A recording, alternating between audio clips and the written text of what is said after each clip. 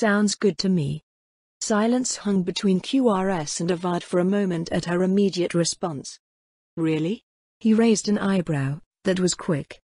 Considering the options that are available, Avad told him, it's not much to think about. We have something you need, and you can provide us with something useful in return. I doubt anyone will find fault with that. QRS supposed he might have just been thinking himself in circles, worrying over how his people's shortfall in hunters might be exploited by the others. It didn't help that Avad was away for a whole 3 days, leaving him to stew pointlessly over it. Her lieutenants were sent back occasionally with supplies and more goblins to help with work around the camp. Surveying the steady stream of new arrivals setting up across the river, QRS still couldn't get over how fast they collected. They started out with just their 4 hobgoblins perhaps 4 days ago and added 66 goblins by the time he saw them the next day. On the evening of their 3rd day of recruiting, they numbered over 2,000. They're mostly just gobs, Avad smirked as he scanned the opposite shore. There are some decent ones in there, but the majority are fodder. The ones we get equipment on, we'll start training. Training? Yep. Avad grinned. Gobs'll be skirmishers, mostly. Bugbears'll be our heavies. Sooner or later, we'll have enough wolf riders to form proper cavalry wings. There's a fair number of mystics in every bunch we bring back too. Have you done something like this before? QRS frowned. Everything is just sliding into place so naturally. Haha, nope. Goblins are kinda sparse in the hills, so there's not much chance to. It's just one of those things, like birds just knowing how to build nests. That's the saying, right? Orcs have hordes, hobgoblins have armies. Yeah, QRS finished for her. It's one thing to hear about it, but it's another to see it happen in front of you. It's too bad we can't stay for much longer, Avad told him. Recruitment isn't usually even necessary. Once goblins catch wind that there's a new goblin army somewhere, they just start heading over on their own. And that's natural, somehow. Probably is, Avad nodded, but it also stinks to be a gob. Out in your little tribe, you're one of the weakest things out there. Everyone's out to turn you into a slave or eat you. Joining up with a goblin army, things start looking up. You get equipment and training, and once you're toughened up, you get put in with a bunch of your goblin buddies. At that point, the tables have turned. Instead of everyone and their mother thinking your little green ass is a convenient snack, they're running away from a swarm of yass. That only works to an extent, QRS said. Sure, Avad agreed, but it's a lot better than what they had before. Anything too tough for the average gob, we'll use casters or bugbears against. If anyone like you shows up, well, that's what people like you are for. QRS snorted. That was always the way it worked out, no matter what race, it seemed. Regular individuals were numerous and could be set to perform many tasks that covered a large area, but champions of QRS strength were extraordinarily rare. Powerful individuals could lay waste to armies of average individuals, but that was only if they stood around to let you hit them, and your opposite number wasn't waiting to stop you from doing so. With singular strength came the fact you were a single person who could only be in a single place at any given time. No adversary was insane enough to line up all of their forces nicely so that you could trample them with a single, powerful, champion. While a champion fought one threat, 100 other threats in 100 other places could show up at the same time. As such, the strong were often reserved to keep the strong in check, and this thinking applied to every degree of strength downwards. Frequently, the highest quality rank-and-file combatants were the ones that actually did most of the work in a war, or even a border where raids frequently occurred. Yet, if one side failed to maintain the balance of power in terms of powerful individuals at all times, they would quickly crumble and be subjected to a one-sided slaughter. Is there anyone like that ahead of us? QRS asked.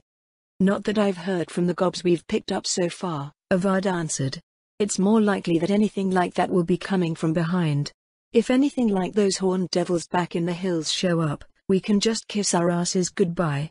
Anyways, if you want to get your people to work, we'll need shortbows, spears, and daggers for our gobs. Bugs'll need some big two-handed weapon, even a club will do. Shields for everyone will make them that much more annoying. Hide armor for our sergeants, too. None of it has to be too fancy, dwarves'll pop up sooner or later for that. I'll let my people know, QRS told her. Anything else? Litters for our baggage and more blankets, Avad told him. Can't recall anything else too urgent off the top of my head. Hopefully, those gnolls show up soon. The longer we stay, the more likely all hell will break loose. 3 days is already making me jumpy.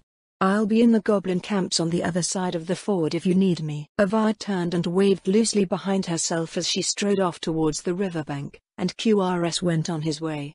He kept the worry off of his expression as he spoke to his tribespeople, but, like the hobgoblin captain, a sense of unease was increasing with every additional day that they stayed. Their first night at the ford was accompanied by attacks of similar strength to those that occurred while they were fleeing from their villages. They similarly stopped at dawn, granting the defenders a long and welcome reprieve. It was not without problems, however. The hellhounds, which represented the least threatening of the fiends that attacked them while they were on the move, became problematic when they set up camp. Their behavior changed. Instead of trying to wound the villagers or maybe drag them away, they attacked the encampment in general, setting alight waterproof tents, stockpiles and defensive wooden barricades with their fiery breath. The dense shrubs and unfamiliar terrain of the valley floor allowed several dozen to sneak through during the earlier waves on the first night, and so the villagers spent the following day clearing a wide swathe around the encampment to keep them from getting through unnoticed. It wasn't enough to prevent Yelderbouth's forces from attempting to exploit the newfound weakness on the second night, however. New hellhounds, measuring at least 150 centimeters at the shoulder appeared, leading packs of their lesser kin. They turned out to be no stronger than the average warrior, but the threat they represented to the camp behind the lines was an unignorable distraction that opened gaps in their defenses. Rather than the larger hellhounds breaking through, the smaller ones slipped in. Fortunately, the villagers were already wise to their tricks and dispatched them before any major blazes could erupt.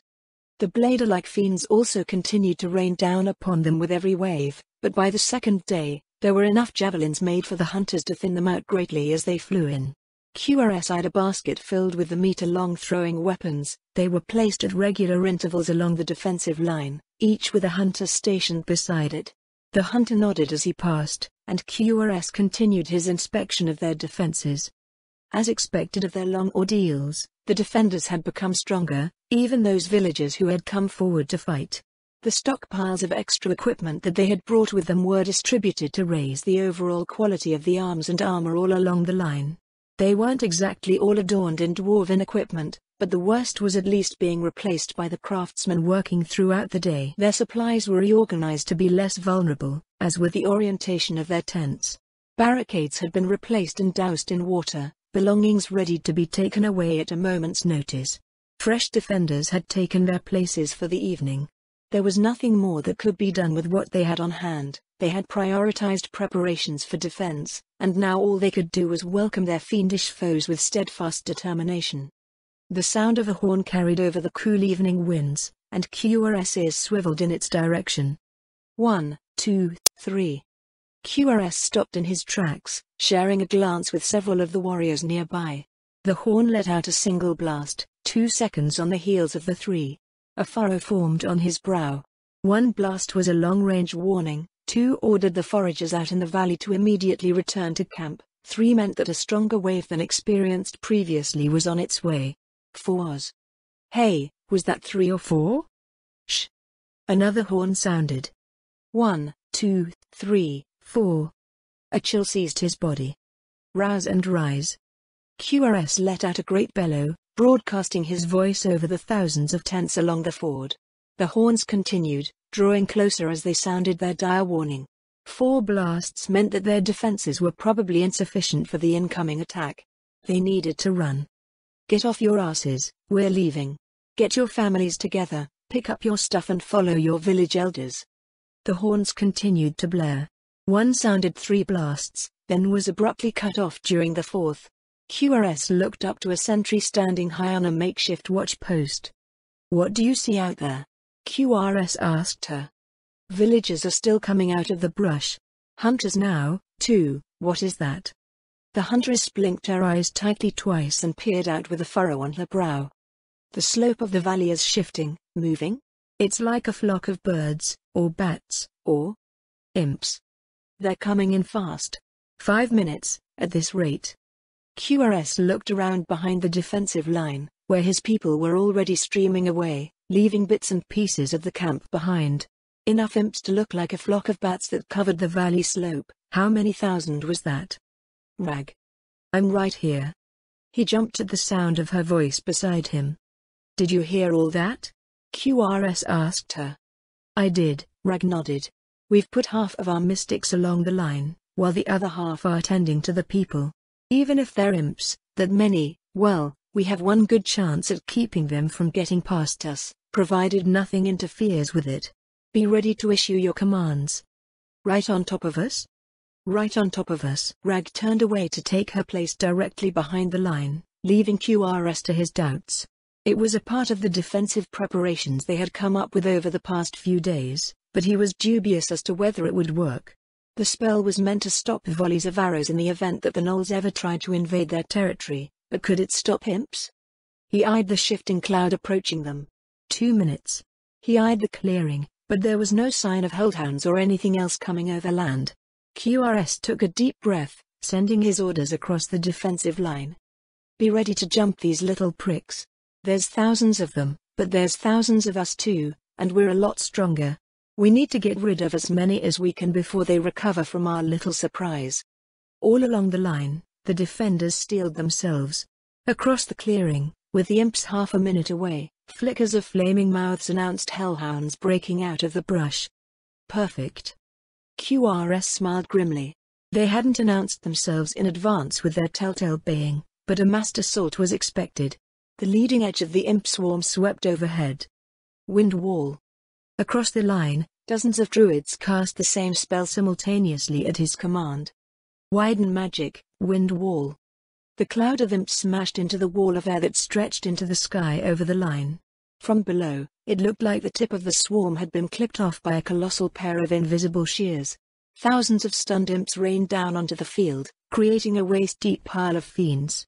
The hellhounds charging across the clearing below collided straight into them. Clear out these pests. The line surged forward, warriors using great cleaving strikes to destroy several imps at a time. Hellhounds started popping out of the mess, streaking by to chase after the refugees waiting to cross the ford. A small portion of the warriors turned to follow. Ignore them. Focus on the imps before they recover and get away. The column escorts could handle the hellhounds easily, as demonstrated during their initial flight. Healing the stings of thousands of imps, however, would empty their mana reserves in short order. The first few of the winged fiends were recovering from their tumultuous collision. Javelins from awaiting hunters shot out, dispatching them as they cleared the ground. More and more of them rose, despite their efforts to dispatch them. Suddenly the javelins changed trajectories, and larger bodies came crashing down. It's those damn bug fiends. Watch your heads. QRS leapt out, ichor splashing out into the air as he dispatched a dozen of them in quick succession. When he felt that the pressure on his part of the line had been sufficiently relieved, he looked back to the ford. Hundreds of imps and hellhounds had reached the rearguard, but it looked manageable. Half of their forces were escorting the fleeing villagers. What next? Yelled Abath. He felt like punching himself after the unbidden thought. All of the fiends that had been sent against them previously had appeared, which made him wonder what else would come. As the fighting died down, he looked around for a hunter that looked like they had been out on sentry duty. Were you out in the field this evening? Yes, Chief, the huntress nodded. What else was coming? QRS asked. Surely that wasn't everything.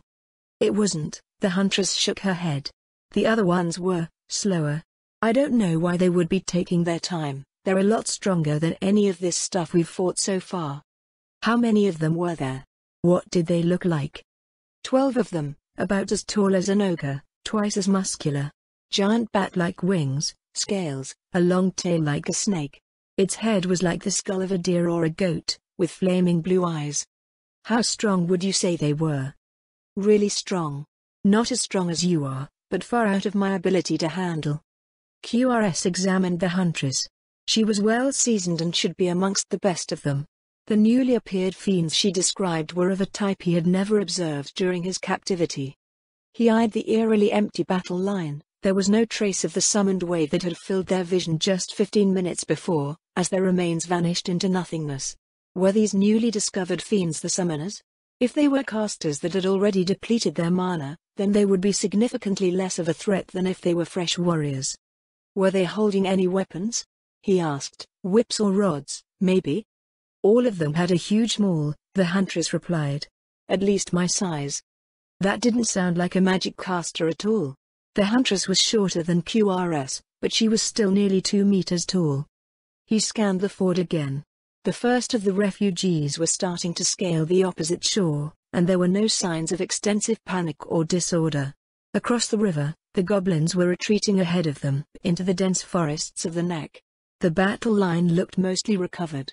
QRS cast out his voice over the line again. We're good here, let's start heading to the ford. Maintain your lines, we still might have some nastiness incoming. If they do, try to stay on the defensive and I'll come to deal with them one at a time. How do you think we're doing for mana? QRS asked Rag as the line started their slow retreat. We've been conservative this entire time, Rag replied. Given the weak nature of our adversaries, it's more efficient to keep a group of warriors swinging over an extended period of time. Did you hear what that huntress said just now? No, I was busy tending to the wounded in the front. Then, what would you do about a fiend that's roughly halfway between you and me in power? A warrior type. Rag looked over at him with a frown. In that case, she said, it'd be best to leave it to you while I support. We should have warriors that can survive blows from something of that power with martial arts, as well. And what if there's a dozen of them? What? The High Druid's hissing reply was sharp enough to turn heads in their direction. That was the Huntress report, QRS told her. A dozen new fiends I've never seen before, armed with giant mauls. She said they had wings, but I'm not sure if they're able to fly. They were taking their sweet time walking this way, at any rate. So this is the reason you called for the camp to mobilize.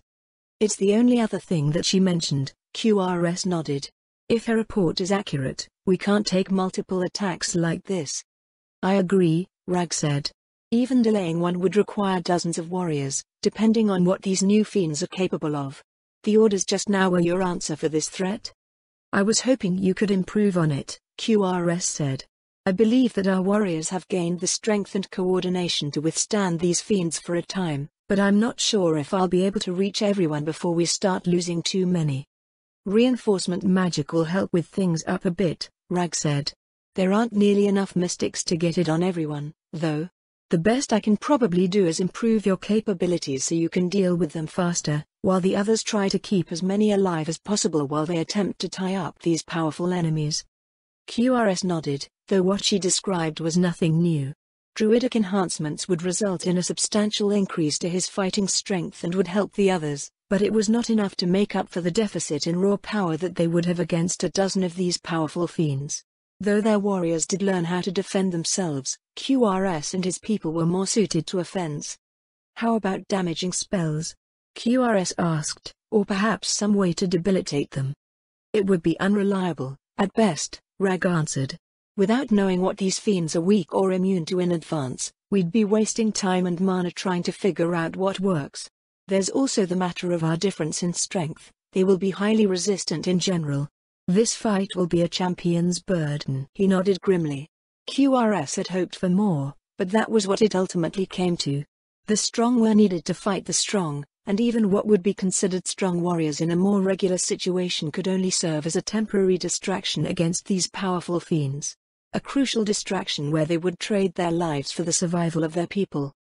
Somewhere in the north of the line, a single horn sounded. Warriors slowed their steps, looking all about warily.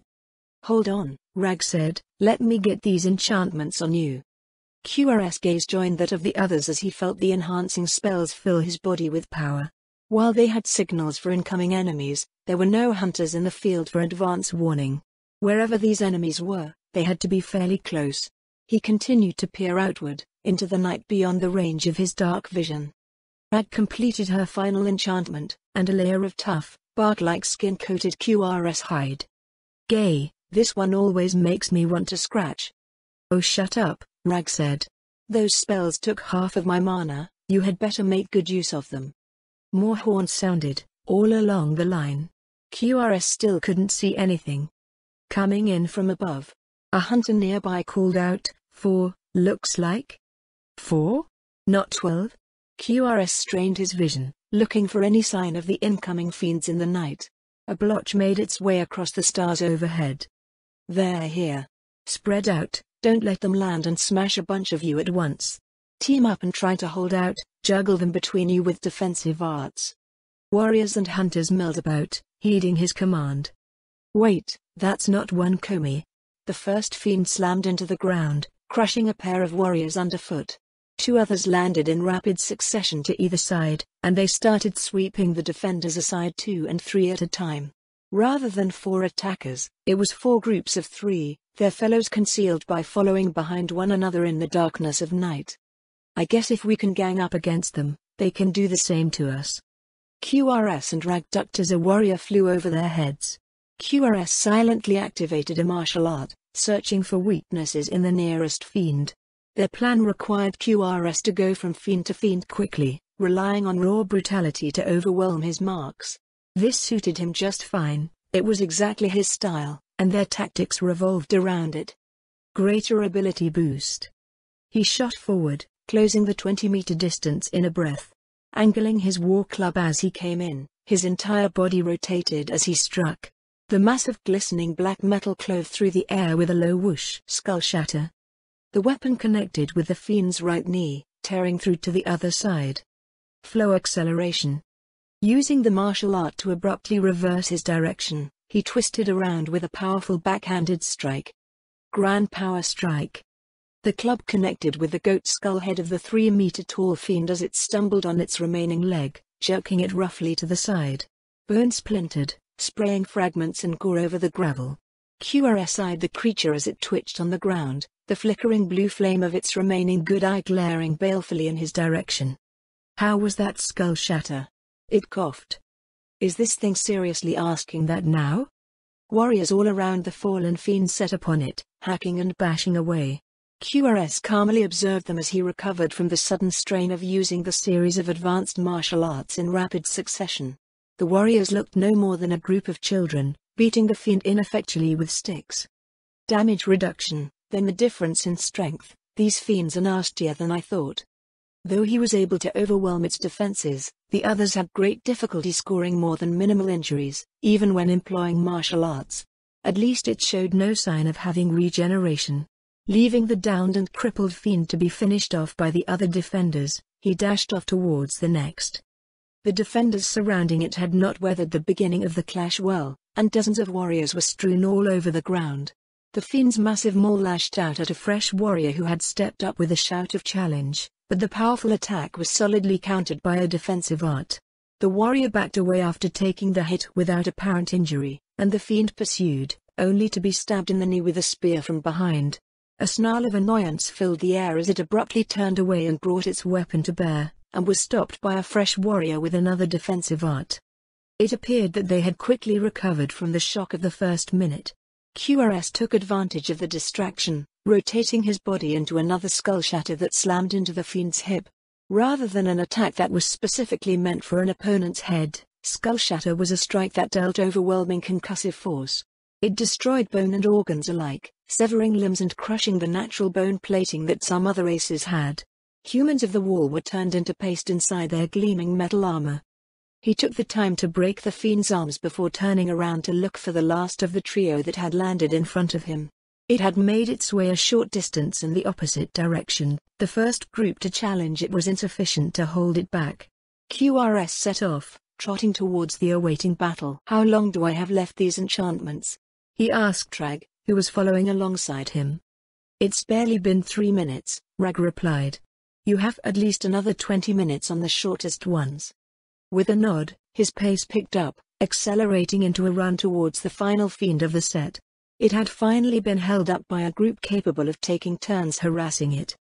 "Puny little piggies," it bellowed at them, "are these pitiful pinpricks all you can prahag?" QRS leapt up from behind, abruptly ending its sentence with a downward strike to its head. Was it normal for fiends to use such grandiose tones in the midst of battle? Maybe it was. They reveled in fear and despair, after all.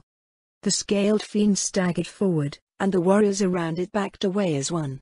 QRS allowed it no time to recover, taking out its left leg and driving it to the ground.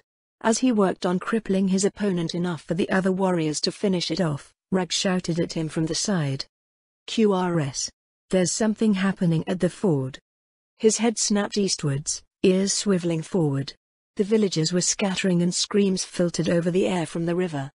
Any idea what it is? QRS continued to smash the scaled fiend on the ground. He had a feeling it would be something that couldn't wait, so he tried to finish off his opponent as quickly as he could without expending himself. I can't see any details from here, Rag said, but if the villagers are breaking, it's at least causing problems for the escorts. Were the scaled fiends that fell upon the line a distraction for a flanking attack on their villagers? No, they were strong enough on their own to demolish everything in their path if not for the defenders. They had made the proper preparations, but they were being overwhelmed. QRS stepped off of the disintegrating fiend. It was a summon, somehow, to address the nearby defenders. You lot, he said, patch yourselves up and get to the river. Stay together, we don't know what's going on out there. They nodded and the mystics in the group started tending to their wounds. He cast his voice to repeat his instructions to the other groups he had freed up along the line, and they moved in accordance with his commands.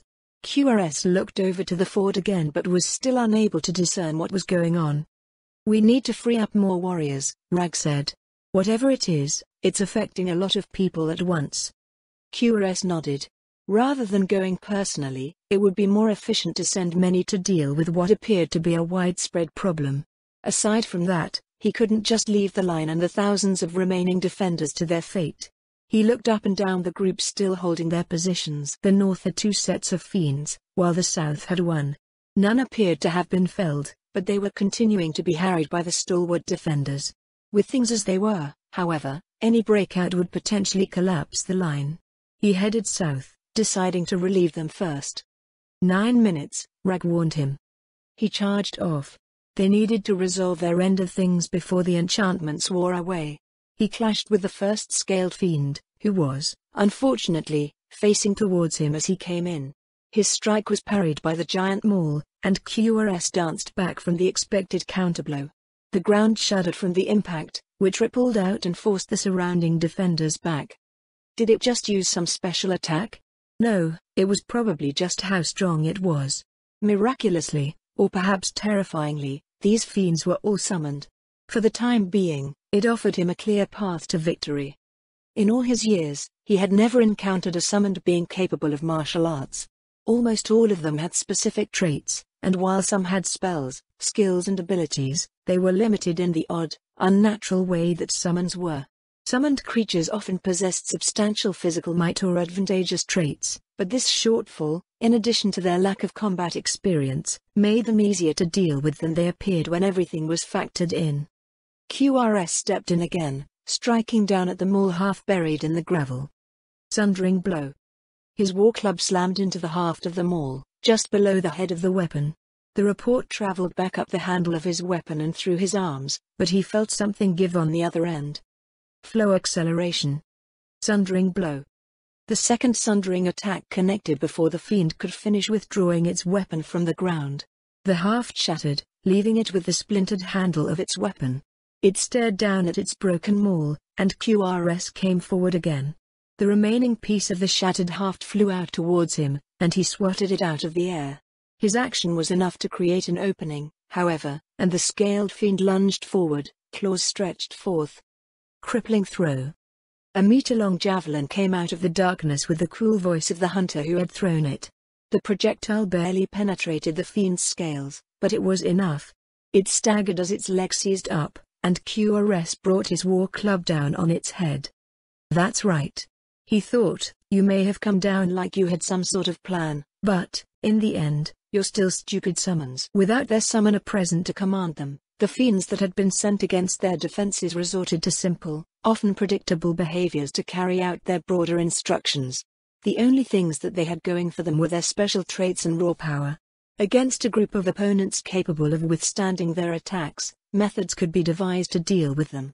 Against an opponent of similar strength, they were significantly easier to handle than a real combatant. Recover and get to the ford, he instructed the warriors nearby. Something is going on out there, stick with your groups. QRS rushed forward with Rag, moving to dispatch the remaining two fiends in the south. His enchantments wore away as he faced off against the last fiend, but the fiend had been worn down quite a bit by the time he got to it. He repeated his orders to the remaining defenders in the area, then looked out towards the river. "We've sent hundreds of warriors to help out already," QRS frowned. "It still looks like whatever is going on is still causing chaos out there." "Do you want to head over to the fort?" Rag asked. "It might be worse than it looks if it's been going on for this long. Our warriors on this end were wearing down these fiends by the time we got here. They may be able to settle things themselves." He thought about the question for a moment, glancing between the northern line and the river. "Let's get closer to the defenders in the north first," he answered. "If they look like they're doing all right, we can head over to the ford." They made their way back up with hurried steps, covering the kilometer or so back to the former center of the defensive line. What greeted them did not look promising. "Don't rush off," Rag told him. "I need to refresh your enchantments."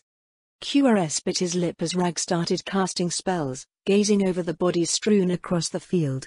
Based on what he had seen in the southern portion of the line, he thought they could hold out, but something had clearly gone wrong. Nearby, there was a large group of warriors and hunters still keeping the closest fiend occupied, but, beyond them, two had joined and were making their way further north. "Done," Rag said. "Go." "Mana?" "I have some left for a few heals," she replied, "but we haven't needed any for you yet. I'll come along, just in case." The first fiend was in much the same condition as the one from the south end. Despite wanting to charge off after the two mauling their way through the line, he stopped to speak to the remaining warriors. "What the hell happened on this side?" "I don't know," Doll replied.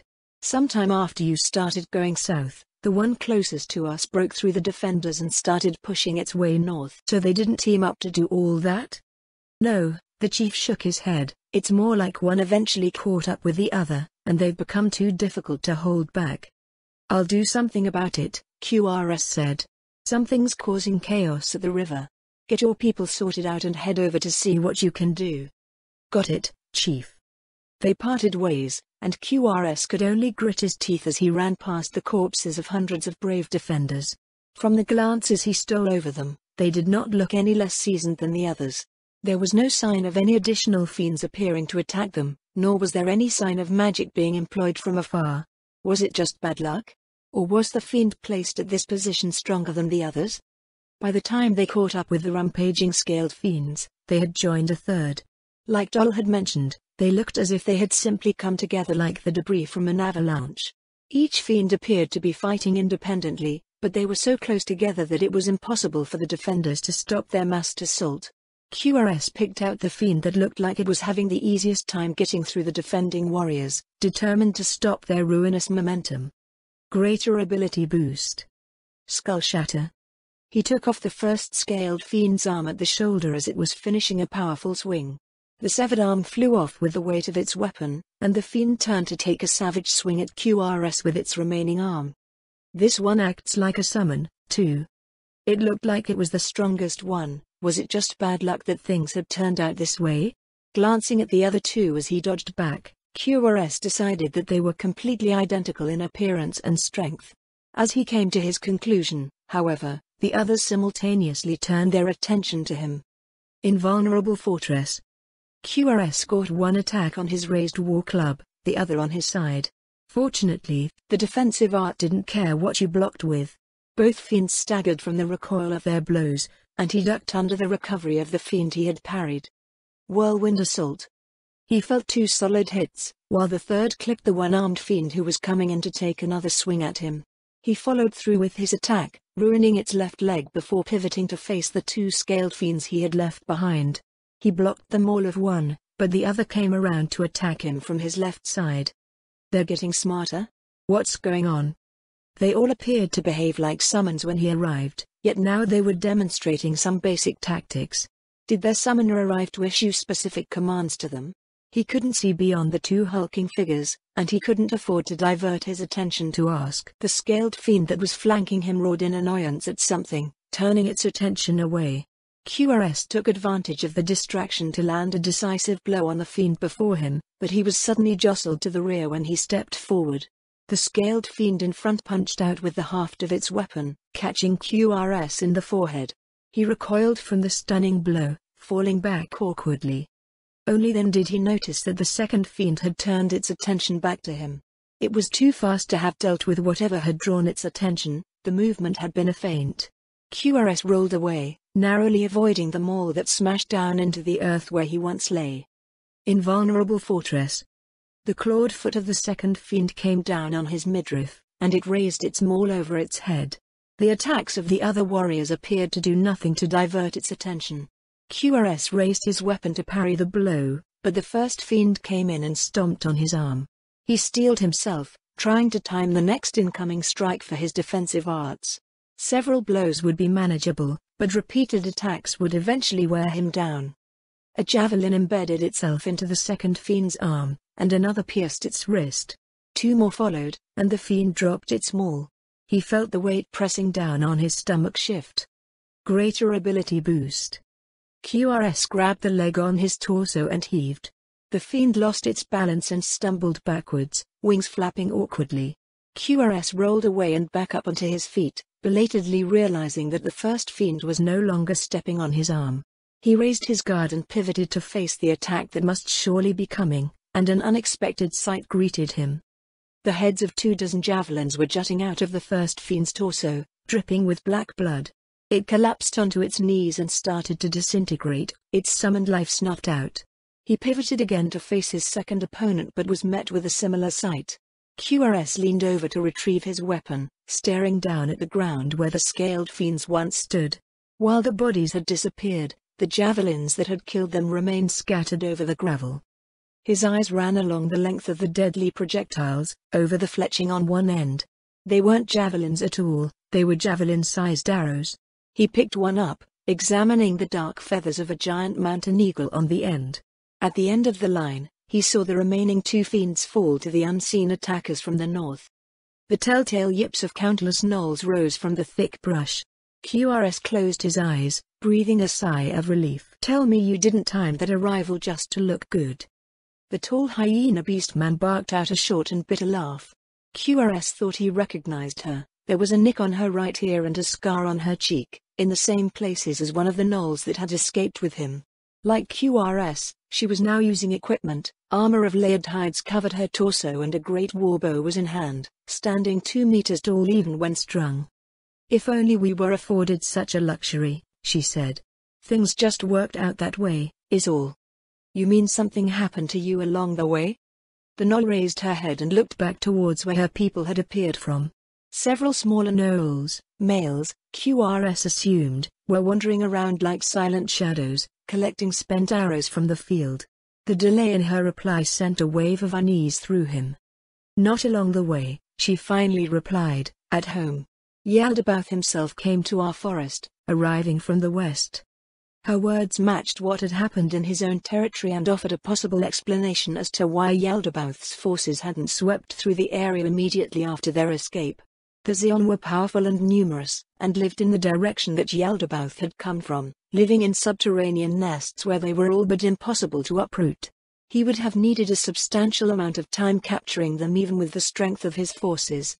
In any other situation, he would be infuriated with the gnolls bringing such a dire threat to his people, as some tribes often did with powerful monsters. With Yaldabaoth, however, all anyone could do was flee for their lives. "Well, you're here now," he tried reassuring her. "I can't blame you for not putting up much of a fight, all things considered. All we can do is combine our strength and push forward, as agreed." "Ah, about that, we did fight." "You did?" The subdued tone of the gnoll's voice did not suggest any sort of success.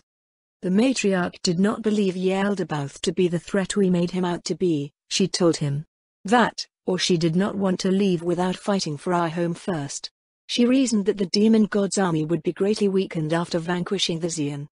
Despite himself, QRS could not help but be curious. "What did you end up doing?" he asked. "We ambushed him while his forces were crossing the bottom of a gorge," she answered. "The army that was with him was decimated in a running battle that lasted the entire day. How many thousands of fiends we slew, I do not know, but, in the end, only Yaldabaoth remained. We led him into a great trap, even as he slew dozens of our number with every passing minute." The gnoll visibly swallowed, eyes haunted as she continued her account. We felled one of the ancients upon him, a tree older than memory, 30 meters across at its base.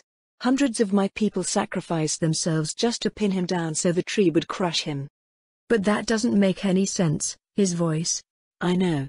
The Gnoll gnashed her teeth bitterly. I know. But even I was caught up in what was happening. I thought that there must have been some reason, perhaps he had spent his might on the Xian. Everything was moving just barely within our expectations, and when the tree fell upon him, elation took me.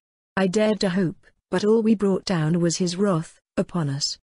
The Gnoll looked over her shoulder again, as if expecting Yaldabaoth to appear at any time. All QRS could see was more gnolls coming out of the brush and streaming towards the ford. The tree, the place where the tree had fallen on Yaldabaoth, exploded. A conflagration that turned the trunk into splinters and ash. Out of that calamity rose Yaldabaoth, but not in the small and deceptive form that we saw him use before. It was his true form, a massive, towering fiend, taller than even the horned devils that serve him. His wings of flame sent scorching winds before him, and he was wreathed in an inferno. Everywhere he went, my people burned just from standing too close. He reached the matriarch in a blink and snatched her up, tearing her in half with his bare claws. The Gnoll shook her head, lowering it in an expression of shame. I cannot even name her a fool, remorse filled her voice. It was beyond anyone's imaginings. How could they have known? It was my fault, my words were insufficient to persuade them, and I lacked the strength to turn their course. QRS looked at the top of her lowered head, at her wilted ears laid flat. Even bent forward, she was still standing at eye level. He scratched his head, trying to think of something useful to say. Well, the world has become pretty absurd for us all, he said, so all we can do is move forward and try to survive. Who is your matriarch now? It is I. Well, that's convenient. Wait, that probably came out wrong. No, it is convenient, the Gnoll agreed. Our people are of one mind now, and you are correct, we must proceed onwards. She turned to the north, watching the gnolls who continued to emerge into the clearing. Their frontrunners had joined the throng at the ford, where things had calmed down considerably with their arrival and that of the remaining defenders. Can you see what's going on at the river? QRS asked. Yes, she replied as she gazed over at the river. Fiends are coming out of the river to attack the crossing. They are being held at bay now. I see. QRS felt himself relax. Then, if you're done picking up here, we should get moving. I don't know how far behind Yaldabaoth is, but my people are spent. We can't hold against another attack like the one just now. After our failure, the Gnoll matriarch told him, Yaldabaoth stopped to call in more of his forces. He sent them out to scour the forest for prisoners. I sent a few packs to lead them in every direction, while the rest were instructed to conceal themselves and flee to the ford. Yaldabaoth's commanders will know we have joined you here, but it should be some time before those pursuing us can regroup. At the ford, QRS was greeted with the eerie sight of carefully packed supplies and belongings strewn over the shore and in the ford beyond.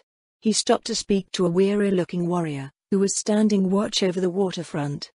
What happened here? Fiends, obviously. She turned to him with a cross expression. Oh, Chief. Fiends popped out of the river to snatch people away while we were fighting out front. What did they look like? Tentacles. Mouths. I've seen them before, QRS told her. What happened, then? Right, she cleared her throat. I only got here about 10 minutes ago, but the ones I fought, well, it wasn't even fighting, more like chasing.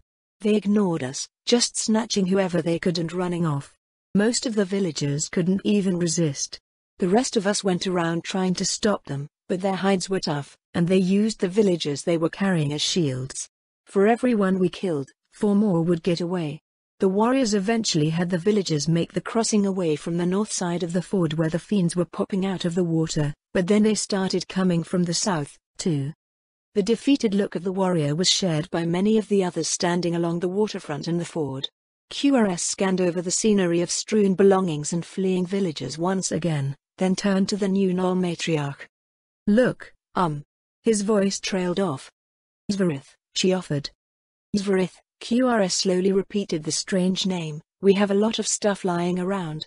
Let your people know that they can take what they want. It's no good to anyone sitting here, and I sure as hell don't want to leave it for Yaldabaoth. Zvarith nodded and turned to go on her own way, while QRS and Rag went up and down the shore, searching for the girls. A seed of worry sprouted in the pit of his stomach when they could find neither sign of them or any other of their fellow villagers. "Perhaps they have already made the crossing," Rag suggested, then looked up at him with a smirk. "You show great courage when facing our enemies, yet you start to fall apart at the first sign of trouble with your family. You need to stay strong, everyone else is relying on you, especially now. You need to stay strong." QRS shook his head at the unwelcome memory. He took a deep breath and nodded, continuing to scan the river. A part of him hoped the fiends would emerge from the churning waters once more, so they might be tracked back to wherever his people had been taken. The gnolls kept rushing by, splashing down the shore towards the ford. Their yips filled the air, a sound with some meaning beyond his understanding. Many races communicated in similar ways, often making it hard to discern what they were up to. The number of gnolls rushing by increased, and Ysvarith shouted from where she was dashing towards him from upriver. "QRS. What are you doing?" "What am I, watching over the crossing? It should be ob. Do you not hear the warnings? Your people need to move faster." More yips filled the air. He still had no idea what it meant, but the nervousness of the passing gnolls started to grow infectious. "I hear the racket your people are making," he told her, "but it means nothing to me." "That's..." Ysvarith's black nose glistened as it twitched. "The sound you hear is a warning, there is another attack coming." QRS cursed, bellowing out his orders over the river. His people responded within seconds, making their way through the current as quickly as possible. He turned back to address Ysvarith. "How long ago did the warnings start?" 10 minutes, at least," Ysvarith told him. "I only noticed that you weren't responding to the warnings when I came back this way." "Well, no time to gripe now. We'll have to sort out how we communicate later. How far away is this attack? What are they?" "The sentries placed upriver say there are fiends swimming down towards the ford." "That can't be all, can it?" QRS asked. "With our combined forces, the same type of attack from the river won't nearly be as effective." "That's why we're fleeing," Ysvarith answered. "This attack is too weak, we care not to linger and find out what else comes." He knew of the extremely cautious and stealthy nature of gnolls, but QRS wasn't willing to risk brushing it off as an overreaction. How would he position his defenders? Nearly a quarter of his people were still on the near shore or making the crossing. "Then what was your plan for the crossing?" he asked Ysvarith. "Plan?" She looked down at him curiously. "We flee, that is the plan. The longer we tarry here, the more fiends will fall upon us." QRS looked over the terrain again, trying to find some way to alleviate the pressure that would come with another attack on the ford. The opposite shore was a break in the cliffs, where seasonal torrents would flow down into the river from the forest beyond. He stretched out his arm. "Can you position archers all along the cliff overlooking the ford? They'll be able to provide cover for both of our peoples as they come out of the crossing. I'll be putting a few hundred warriors in the rearguard, while the rest defend against attacks from the river." Ysvarith followed his gesture, gazing over at the opposite shore. After a moment, she nodded and replied with some hesitation. "I will try to tell them, but I'm not confident that they'll heed my words. The old matriarch was much stronger and better respected than I am right now." "You said that they recognize you as the new matriarch, didn't you? Most should listen to your instructions if that's the case." As long as no one could challenge her authority, but QRS decided to leave that unsaid. Ysvarith was most likely aware of how things worked and simply needed some reassurance. "I believe they will listen," Ysvarith replied after some thought. "For now. We gnolls are not the same as you, however. The packs are usually more independent and prone to following their own alphas. I fear it will cause problems in the future, or they may simply leave after a time." "In the future, perhaps," QRS said. "For now, being able to work together is of clear benefit. I'm going ahead to coordinate my warriors." He left Ysvarith behind, and Rag quietly followed beside him. "This certainly feels odd," the High Druid mused. "That wind wall tactic was originally devised to counter volleys of arrows from the gnolls. We used it against those imps instead, and the gnolls now assist us with their archers." "I won't complain about the result," QRS said. "Gnolls are extraordinarily good hunters, far better than our own. As long as we can continue to cooperate, this relationship will be a great boon. As long as they don't scatter into the neck as soon as things quiet down." Rag released a cynical snort. That new matriarch knows her people. I wouldn't count on all of them sticking around for long. As soon as our immediate dangers have passed, they'll be looking to leave for new territories.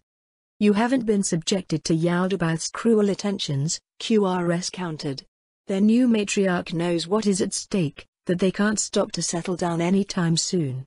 I'm confident she can hold them together, as long as she stays on top. Upon reaching the crossing, QRS started organizing his forces.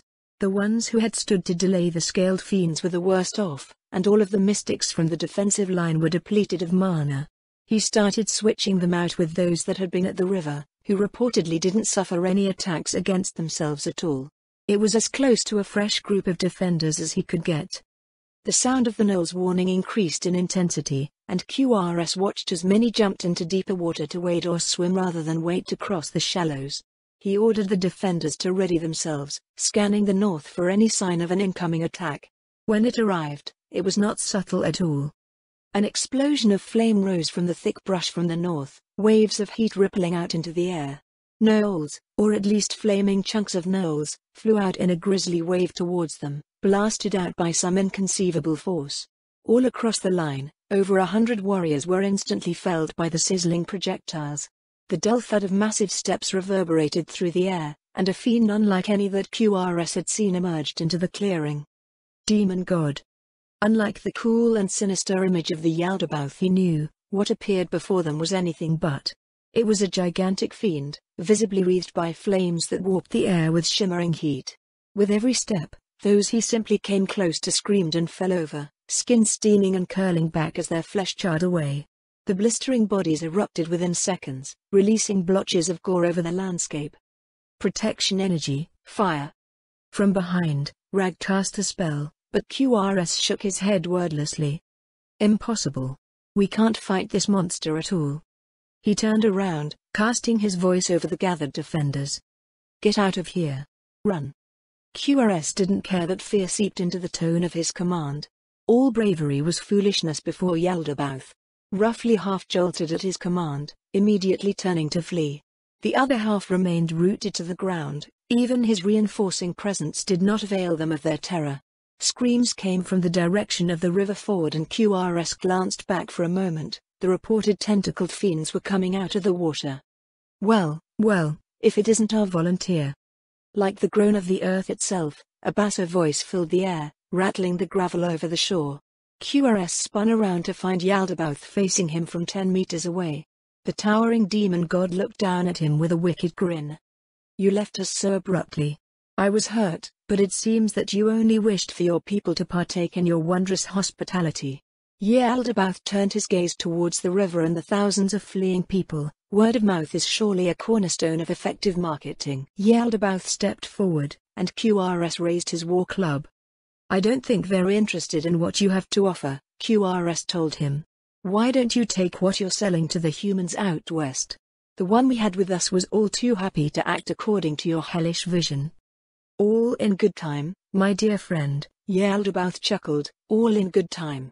Truly, you are one after my own heart. Have you told all of your loyal followers how you so willingly sacrificed your own flesh and blood, by the way? Shut up, you overgrown imp. How many months was it? Yaldabaoth's voice boomed over his own. Have you even spared a thought for your son? I'm sure he hasn't forgotten about you. QRS dashed forward with a roar, brandishing his weapon at the demon god. Yaldabaoth beat his wings a single time, and the tumultuous winds lifted QRS off of his feet and threw him back head over heels. He landed back where he had started from, rolling back up to his feet. He shook away his disorientation and looked around. The frozen defenders who remained were blasted backwards towards the shore, though Rag had managed to remain close to where she was. Still so defiant, Yaldabaoth said. Yet look where your struggles have led you. You have doomed them, all of your people, all of those fools who chose to follow you. It would have been better for you to stay in your cage, but I suppose that you selfish savages must learn the hard way. The fiend vanished from sight, and QRS was seized from behind. As he rose in the air, he twisted around, finding that Yaldabaoth had somehow appeared behind him. He punched at the clawed fingers wrapped around his torso, but they were no more affected than the bars of his old cage. A sulphurous breath filled the air with its stink as Yaldabaoth leaned his head in close to speak. Your tale will be held up as a lesson to the miserable meatlings of this world. The fiend's malevolent voice filled his ears. A proverb will accompany the story of your heedless actions. Out of the frying pan, into the fire. Flames rose, and a sharp gasp rose from the ground below, and QRS looked down to see Rag rolling away. She rose to her feet, holding up arms scorched by the blistering heat. Middle Ahh. Yaldabaoth took a step forward, enveloping her in his fiery aura. She leapt away, scrambling to her feet again to run. With an amused noise, Yaldabaoth followed after her with shuddering steps. Hey, stop that. QR's voice quavered. Leave her alone, damn it. Leave my people alone. My, so demanding, Yaldabaoth's steps stopped. At least choose one or the other. QRS glowered at his mocking words. He looked over towards where Rag had disappeared into the brush. She was running south, leading Yaldabaoth away from the ford. Every second counted. Allow me to cure your indecision, Yaldabaoth said. What? Yaldabaoth stomped off after Rag, and QRS hated himself for feeling relieved that the fiend had chosen her. Within seconds of pursuit, she could be seen dashing through the bushes. Run away, little girl, Yaldabaoth laughed. Run away. Rag only answered with a pained cry as he caught up once more. Yaldabaoth slowed just long enough for her to distance herself again. QRS shut his eyes against the panicked sobs that rose from in front of him. His arms were bound tightly in Yaldabaoth's grip, however, so he could not cover his ears. After a dozen seconds, Rag screamed again. This time, Yaldabaoth kept moving forward, and the screams fell silent as the odor of charred flesh rose into the air. Yaldabaoth inhaled deeply, releasing a satisfied sigh. Ah, I may have some talent as a chef myself, don't you agree? The other prisoners will surely appreciate some roast pork.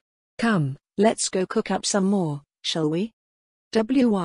Yaldabaoth turned back north towards the ford, leaping powerfully into the people on the near shore. Wails of agony rose all around him as adults and children alike were abruptly smothered in searing heat. Wait, you said that the choice was one or the other. QRS protested through his tears. Choose? Yaldabaoth's voice rose over the symphony of anguish. Don't be silly. Haven't you heard? Volunteers have no choice. The fiend held QRS high up in the air as he made his way through the thickest part of the crowd towards the ford, offering a sweeping view of the carnage being unleashed. Hundreds of charred corpses lay in their wake, with more joining them as Yaldabaoth inevitably overran the desperate horde of people being driven before him. Pain engulfed QRS senses, and he let out a cry. Ah, it appears your fire protection has finally worn away, Yaldabaoth said. How about I help you cool down a bit?